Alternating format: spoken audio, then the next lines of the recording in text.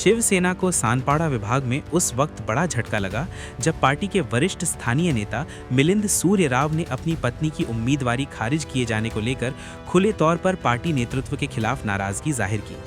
मिलिंद सूर्य राव ने आरोप लगाया कि हर चुनाव के दौरान उन्हें एबी फॉर्म वितरण प्रक्रिया तक उम्मीदवारी घोषित करने का आश्वासन दिया जाता रहा, लेकिन अंततः उन्हें बार बार उम्मीदवारों की सूची से बाहर कर दिया गया। उन्होंने कहा कि इस बार वास्कर परिवार को एक ही घर से 3 टिकट देकर उनके साथ अन्याय किया गया है। सूर्य राव ने इसे पार्टी के भीतर पक्षपातपूर्ण राजनीति करार दिया। इतना ही नहीं, उन्होंने ये भी चेतावनी दी कि शिवसेना के इन उम्मीदवारों को वे चुनाव में हरा कर दिखाएंगे। साथ ही उन्होंने स्पष्ट किया कि आगामी 2 दिनों के भीतर वे अपनी आगे की राजनीतिक भूमिका को लेकर बड़ा फैसला लेंगे। आम्ही पक्षविरोधी काम करत नाही। माझा राजकारणाशी कुठलाही काडीमात्र संबंध नाही। आम्ही समाजसेवा करणारे आहोत। गेली 15-20 वर्ष या सानपाडा विभागामध्ये मी आणि माझी पत्नी दोघंही समाजकारणातून आम्ही वेगवेगळे उपक्रम या ठिकाणी राबवत होतो। मी माझ्या कामाची यादी तुम्हाला मी सुपूर्द करेन। जे नगरसेवकांना जी कामं झाली नाहीत ती आम्ही प्रत्यक्ष रस्त्यावर उतरून ती कामं करण्याचा प्रयत्न केला। वेळोवेळी आम्ही शिवसेना या पक्षाकडे माझ्या पत्नीसाठी आपण मागणी केली होती। मागच्या 15 वर्षापूर्वी सुद्धा शुभांगी सूर्यरावला पक्षाने एबी फॉर्म दिला होता आणि 3 वाजता एबी फॉर्म रद्द करून तिसऱ्या व्यक्तीला त्या ठिकाणी उमेदवारी दिली। त्यावेळेस आम्ही वरिष्ठांना सांगितलं होतं, शुभांगीने सांगितलं होतं वरिष्ठांना की आम्ही एक वार्ड सोडून ज्या ठिकाणी तुम्ही ज्यांना तिकीट दिलं ते वार्ड सोडून आम्ही 3 ठिकाणी आम्ही काम करू। आणि 3ही ठिकाणी काम करताना सोमनाथ वास्कर असेल, त्याची बायको कोमल वास्कर असेल, रामचंद्र पाटील असेल, या तिघांचंही काम आमच्या सर्व मंडळीने घरोघरी जाऊन केलं। त्यावेळेला रामचंद्र पाटीलची मुलगी रुचा पाटील निवडून आली, कोमल वास्कर फक्त 60 मतांनी निवडून आली, सोमनाथ वास्कर 110 मतांनी निवडून आला। जर सूर्यराव कुटुंबियांनी, शुभांगी सूर्यराव, आम्ही आमच्या सगळ्या पदाधिकाऱ्यांनी जर त्यावेळेला यांच्या विरोधात काम केलं असतं तर हे नगरसेवक झाले असते का? कारण पहिल्या निवडणुकीत तर मी यांना खिशातून मदत केली होती पैशासहित। काही नव्हतं यांच्याकडे काहीही नव्हतं। त्यावेळेला आमच्या सर्वसामान्य सगळ्या लोकांनी त्यांना पैशासहित मदत केली। दिलेले पैसे उपकार काढू नयेत, पण ही परिस्थिती सांगायची एक आहे की यांना प्रत्येक वेळेला आम्ही मदत केली, आम्ही स्वखर्चाने यांना निवडणुकीत मदत केली। आणि आता जेव्हा आमची वेळ आली, आमची कामं जी आहेत, शिवाई महिला मंडळाच्या माध्यमातून महिलांना सक्षमीकरण करणं, त्यांच्या पायावर उभं राहण्यासाठी विविध उपक्रम राबवणं, हे उपक्रम शुभांगी सूर्यरावने वेळोवेळी घेतले। गेली 20-25 वर्ष त्यांनी सेवा केली आणि जेव्हा आता उमेदवारीची वेळ आली तेव्हा हे सोमनाथ वास्कर दुसऱ्या पक्षात होते, ते विरोधी पक्षात काम करत होते, अनेक वरिष्ठ नेत्यांना शिवीगाळ करत होते, अनेक लोकांना आमचा त्रास देत होते। त्यावेळेला आम्ही कार्यकर्त्यांची बाजू घेणं किंवा समोर जर एखादा त्रास होते त्याची बाजू घेणं चूक आहे का? ही चूक जर पक्ष बांधणीसाठी चुकीची असेल म्हणून आम्हाला तिकीट दिलं नाही का, हा प्रश्न आहे।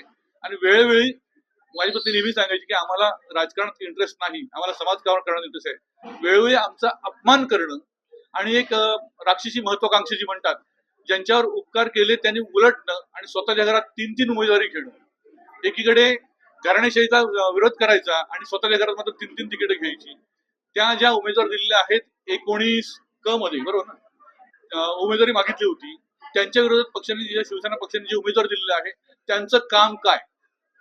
या आमच्या सिडको वसाहतीमध्ये वास्कर कुटुंबियांनी काय काम केलंय, कुठली मदत केली, ही जनता जनार्दनाला विचारा। जी मदत आम्ही केली, जी मदत शुभांगी सूर्यरावांनी केली, त्यावेळेला हे कुठे होते? इतर म्हणजे 20-25 वर्ष लोकांची सेवा करणं जर पाप असेल, गुन्हा असेल, तर तो गुन्हा आम्ही केला असं म्हणायचं का? आमची उमेदवारी नकारण्याचं कारण हे त्यांना विचारा ताई। आम्ही पक्षविरोधी काम करत नाही, आम्ही माणसाच्या विरोधात काम करतो आहे। ज्यांनी पक्षाला फसवलंय, स्वतःच्या घरात 3-3 उमेदवारी घेतल्यात, यांचं काम जनता विचारणार आहे त्यांना। जेव्हा हा प्रचार शुभांगीचा चालू होता घरोघरी, आता लोक जाऊन विचारतात त्यांना, तुम्ही नक्की शुभांगी सूर्यराव यांचं नाव याच्यात दिसत नाहीये, त्या कुठे आहेत?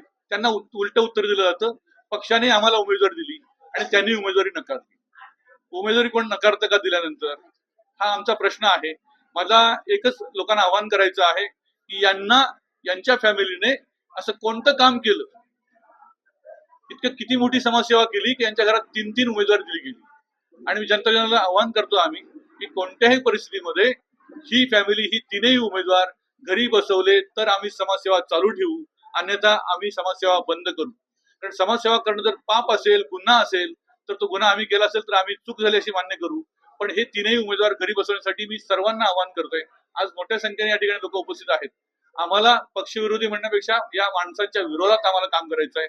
यांनी आमच्या उमेदवारीसाठी टाळाटाळ केली. मिलिंद सुरावला की शुभांगी सुरावला कशी उमेदवारी मिळते हे बघून घेऊ अशा प्रकारची भाषा पूर्वी चालू होती. परंतु आम्ही वरिष्ठांच्या, आमच्या पक्षप्रमुखांच्या लोकांच्यावर विश्वास ठेवला होता की आम्हाला वाटत होतं की राजकारण हे काम बघून केलं जातं, उमेदवारी ही त्यांचं मागचं काम बघून केली जाते हे आम्हाला वाटत होतं. पण ते धांदात खोटं आहे असा अनुभव आम्हाला आलेला आहे. त्याचा अनुभव तुम्ही घेतला असेल. खासदार साहेबांशी बोललो होतो, प्रत्यक्ष भेटून आम्ही गेलो होतो. खासदार साहेबांनी सांगितलं मिलिंदचं, शुभांगी सुरावांचं काम खूप चांगलं आहे, आम्ही त्यांची शिफारस करू, एवढं आम्हाला आश्वासन मिळालं होतं. आम्ही 2 दिवसात पुढची भूमिका जाहीर करू. आमची भूमिका एकच आहे की काम बघून जर उमेदवारी दिली असती तर या तीनही उमेदवारांमध्ये शुभांगी सुराव हिचं काम सरस आहे हे जगाला माहिती आहे, तुम्हाला सर्व पत्रकारांना माहिती आहे, सानपाड्याच्या जनतेला माहिती आहे. पण जनता ठरवणार आहे, जनतेने ठरवायचं आहे आम्ही समाजकारण करायचं की नाही. आमचा विचार तर आहेच, कारण 2 शाखा बंद काय झाल्या ह्या पूर्वीच्या सगळ्या पत्रकारांना माहिती आहे. म्हणजे आपल्याच पक्षातील लोकांच्यावर अन्याय करायचा, आपल्याच पक्षातील लोकांना त्रास द्यायचा. आणि इथं तर आम्हाला काय 2 वेळा आमचा अपमान झालेला आहे. शाखा बंद करणं आमच्या सगळ्या जे शिवसेनेचे पदाधिकारी आहेत त्यांनी सगळ्यांनी ठरवले, सगळ्यांनी राजीनामे दिलेले आहेत. आणि त्यांनी ठरवलंय की आता ही शाखा तरी का चालू ठेवायची, 3री शाखाही बंद करून टाका. मागील वेळेप्रमाणे याही वेळेला बंद तुम्ही केलेला आहे, हे बंद थंड करण्यासाठी मागील वेळेसाठी पुन्हा काही आश्वासनं पक्षश्रेष्ठींनी दिली होती का? आम्ही कोणताही बंड केला नाही. आम्ही उमेदवारी मागे घेतलेली आहे, शुभांगी सुर्यांनी उमेदवारी मागे घेतलेली आहे. जर अपक्ष असतो तर बंड केला असं झालं असतं.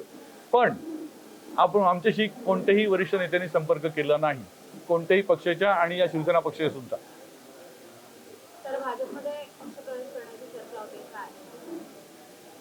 ते तुम्ही ठरवायचं आहे, जनता जनार्दन ठरवणार आहे. हे तीनही वास्कर घरी बसले तर मी पुढचा निर्णय घेणार आहे, बरोबर ना? तरच पुढचा आम्ही निर्णय घेणार आहोत. कारण यांना जर उद्या जे काम करतायत, अनेक लोकांच्यावर जर असं काम करणाऱ्या लोकांच्यावर अन्याय होत असेल तर समाजसेवा त्यांनी करायची की नाही, जनता जनार्दन ठरवेल. आज उद्या असा माझ्यावर आरोप होईल, अरे भाजपची लोक इथे आली आहेत, तिथे भावेश पाटील पण आलाय, तुम्ही कुठल्या पक्षात जातायत. मी पक्षीय राजकारणात नाही, यापूर्वी नव्हतो, याच्या पुढेही राहणार नाही असं मी ठरवलेलं आहे. पक्षप्रवेश करायचं की नाही ही सर्व मंडळी ठरवतील. पण राजीनामे मात्र सगळ्यांच्या या ठिकाणी प्राप्त झालेले आहेत. तानेजाऊन तुमच्याकडे ठेवा. हे आमचे उपविभाग प्रमुख आहेत, आमचे उपसर्व, आज आमची सगळी मंडळी जी आहेत नोकरी धंद्याची मंडळी आहे, कोण वकील आहे कोण आहे.